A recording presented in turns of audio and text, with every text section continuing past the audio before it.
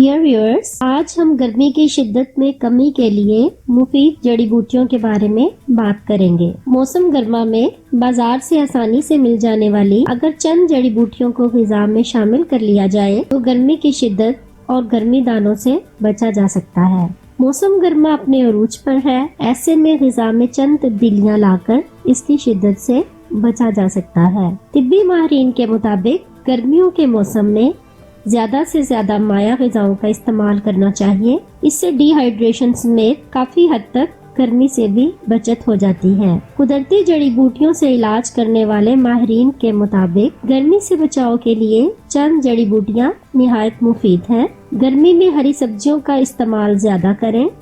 ان ٹھوس اور مائع غذاؤں کا استعمال کریں جن کی تاثیر ٹھنڈی ہو۔ گرمی بھگانے کے لیے استعمال کی جانے والی فرق بخش جڑی بوٹیاں یہ ہیں۔ پودینہ۔ گرمی کی شدت میں کمی لانے کے لیے پودینہ ایک سادی اور سستی ترین جڑی بوٹی ہے۔ پودینے کا استعمال کئی طریقوں سے کیا جا سکتا ہے۔ پودینے کو پیس کر اس کی چٹنی بھی بنائی جا سکتی ہے اور اس سے کئی طرح کے مشروبات بھی بنائے جا سکتے ہیں۔ پودینے کے پتوں کو اچھی طرح سے دھو کر اپنی پانی کی بوتل میں ڈال لیں اور اسے سارا دن پیتے رہیں۔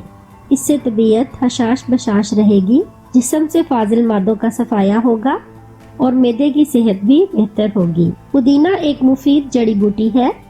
گرمیوں میں اس کے صحیح استعمال کے لیے اس کا ڈیٹاکس واٹر بنا کر پئیں۔ ڈیٹاکس واٹر بنانے کے لیے کھیرا، چند پتے پودینہ اور ایک لیموں کو باریک کاٹ کر اپنی پانی کی بوتل میں ڈال لیں اور اس پانی کا استعمال کریں۔ پودینے کے پتوں کے ساتھ پھلوں کا استعمال بھی کیا جا سکتا ہے۔ آملہ۔ وٹامن سی سے بھرپور آملہ کئی فوائد کا حامل ہے۔ یہ معدے کے لیے فرحت بخش غذا ہے۔ غذائیت سے بھرپور آملہ قوت مدافعت بڑھانے میں بھی اہم کردار ادا کرتا ہے اور ذیابیطس کے مریضوں کے لیے بھی مفید ہے۔ ماہرین کے مطابق آملہ بلڈ پریشر متوازن کرتا ہے۔ آملے کو کئی طرح سے استعمال کیا جا سکتا ہے، جیسے کہ مربع اور شربت بنا کر۔ آملہ براہ راست بھی کھایا جا سکتا ہے۔ سندل کی لکڑی۔ سندل کی لکڑی بھی ٹھنڈی تاثیر رکھتی ہے۔ گرمیوں میں دھوپ سے جھلسی جلد پر اس کا استعمال نہایت مفید ثابت ہوتا ہے۔ سندل سے بنے کئی طرح کے شربت بھی مارکیٹ میں بآسانی دستیاب ہیں۔ سندل کے شربت کے استعمال سے اس کی خوشبو اور ذائقے سے گرمیوں میں سکون ملتا ہے۔ ملٹھی۔